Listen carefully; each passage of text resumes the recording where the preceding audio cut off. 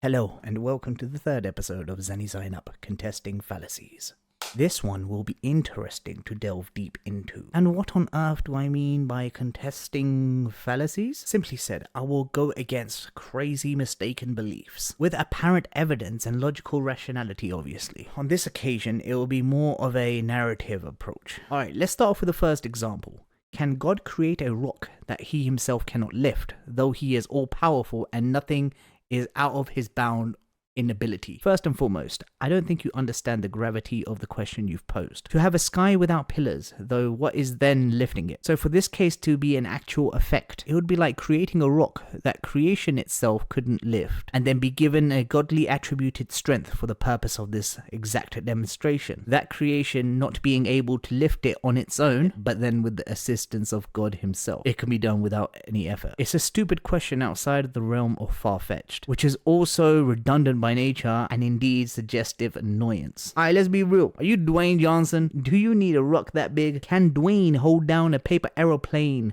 like a paperweight whilst it's floating in the air? Whoa, you need to calm down before I give you brain damage. That question itself makes me angry because there is no intent on understanding. It's a boastful display of unintelligence from a developed sperm cell. Ooh, so they say there's no hell. How hot is the sun? And it does burn our atmosphere, that much you know. Let alone our fragile skins. Must be poof, bang, and there it is, 4.5 million years ago. Trust me, I counted. And then they continue with, but there seems to be an ozone layer shielding the swimming Earth in a sea of slowly rotating planets. Half day, half night, around the clock throughout the year. Unfailing. Damn. There's way too many moving parts for it to be a coincidence. Another thing they say in regards to a creator. Why are the children dying? What children first and foremost?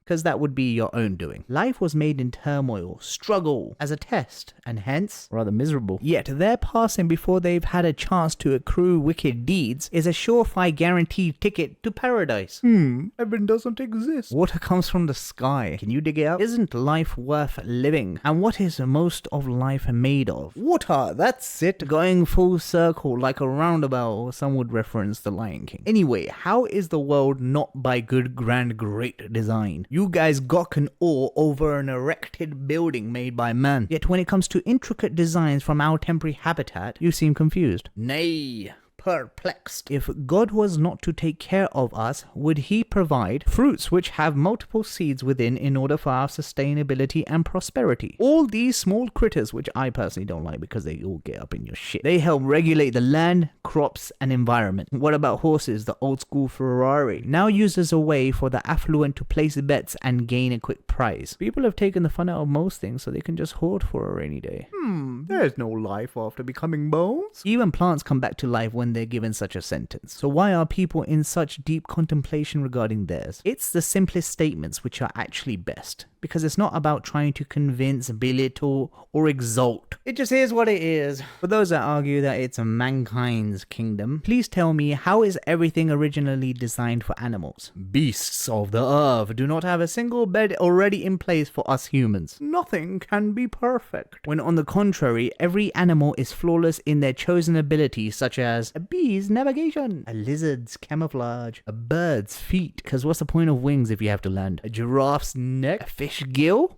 Grilled fish, yummy, but too many bones. Yo, this can go on for a long time, but surely you get the message. How are there no cracks in the sky, the canopy above us? Not one, not one. Isn't that something for those that believe in seeing? Evidence is plenty and indeed unavoidable, unless you bury your head in the sands of time. I am but a prince of Persia. Well then, life is so unfair, they cry. Well, that can be true, but honestly, people with less complain a whole lot less. Now, the system implemented by selected superiority was designed to cause controversy, division, unbalance of equity, wealth, and unfair treatment for those who are honest and care by festering fear. Look around you. What do others appreciate in this day and age if it's nothing other than bullshit? A tale as old as time. Power is usually taken. Those who are willing to cross many lines overthrow the right acting individuals. Personal anecdote, this is why I believe that peaceful protests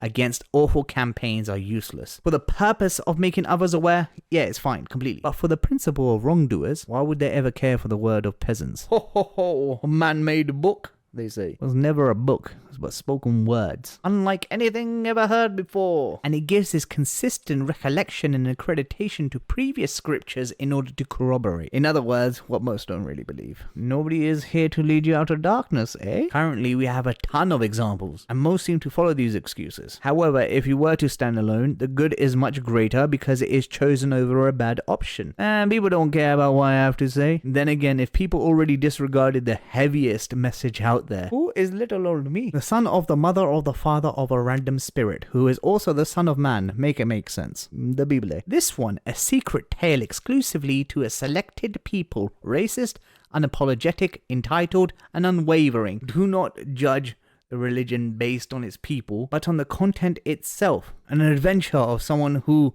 doesn't wear anything on their torso. Now allow me to name some fallacies and save you lengthy explanation. You got the one that thinks it was solely their effort that got them rewarded.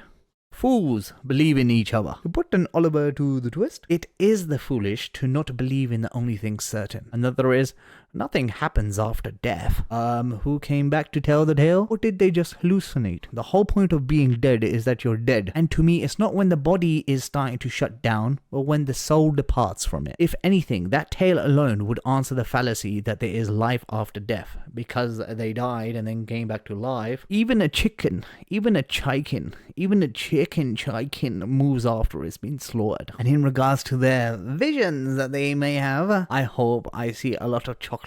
Oh, and bad bitches.